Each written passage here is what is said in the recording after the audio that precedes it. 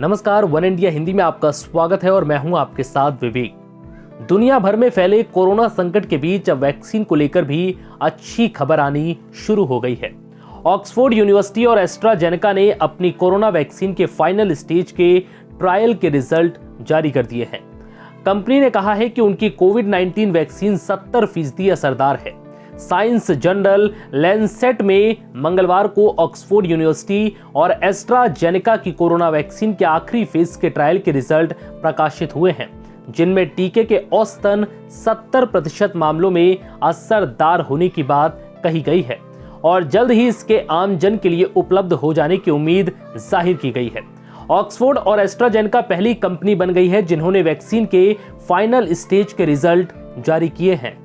Oxford university और AstraZeneca मिलकर AZD1222 vaccine तैयार कर रहे हैं। इससे पहले 28 नवंबर को वैक्सीन की ओर से तीसरे फेज के नतीजों के बारे में बताया गया था।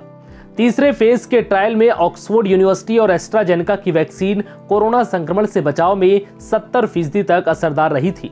ब्रिटेन मंगलवार को पश्चिमी देशों में टीकाकरण शुरू करने वाला पहला देश बन गया, जिसने पिछले सप्ताह सामान्य उपयोग के लिए मंजूरी देने के बाद फाइजर बायोएनटेक द्वारा विकसित एक प्रतिद्वंदी वैक्सीन का उपयोग किया।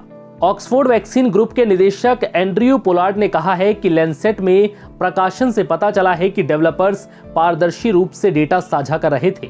उन्होंने कहा है कि महामारी को एड़ी तक लाने के लिए टीकों की एक श्रृंखला की आवश्यकता होगी, नहीं तो हम 6 महीने के समय में भी इस स्थिति में होंगे। उन्होंने एक प्रेस ब्रीफिंग में कहा है कि यह वास्तव में डेवलपर्स के बीच एक प्रतियोगिता नहीं हो सकती, ये वायरस के खिलाफ प्रतिस्पर्धा में होना है। अध्ययन से पता चला है कि वैक्सीन की 2 खुराक देने पर 62% की गुणकारिता देखी गई है, जबकि जिन्हें पहली आधी और फिर बाद में एक पूरी खुराक दी गई थी, उनमें से अनुपात 90% रहा है। एस्ट्राजेनेका और ऑक्सफोर्ड ने पिछले महीने उनके विश्लेषण के बारे में सवालों का सामना किया, जो परिणामों का आकलन जारी करने के बाद अलग अलग प्रोटोकॉल के साथ अलग अलग परीक्षणों में कुल 23,000 लोगों के डेटा को देखते हैं।